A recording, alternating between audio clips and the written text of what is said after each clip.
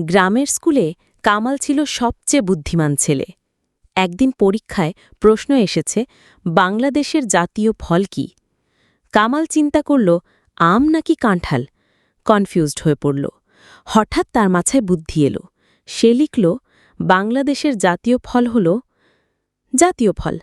শিক্ষক খাতা দেখে অবাক। কামালকে ডেকে বললেন, এটা কি উত্তর?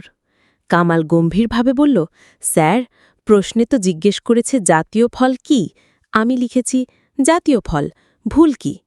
পরের দিন আরেকটি প্রশ্ন, পৃথিবীর সবচেয়ে উঁচু পর্বত কোনটি? কামাল এবার লিখল, যেটা সবচেয়ে উঁচু সেটাই। শিক্ষক মাথায় হাত দিয়ে বসলেন।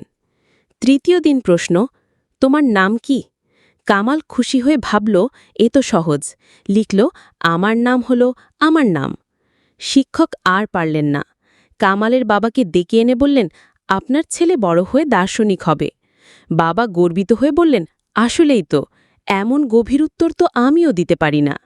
কামাল খুশিতে লাফিয়ে উঠল, দেখেছেন আমি কত বুদ্ধিমান। পরের সপ্তাহে রেজাল্ট বের হল, কামাল ফেল। কামাল অবাক হয়ে শিক্ষককে বলল, স্যার, আমি তো সব প্রশ্নের সঠিক উত্তর দিয়েছি। শিক্ষক হাসতে হাসতে বললেন, হ্যাঁ কামাল, তুমি যা লিখেছ তা ভুল না, কিন্তু পরীক্ষায় আমরা নির্দিষ্ট উত্তর চাই, দর্শন না।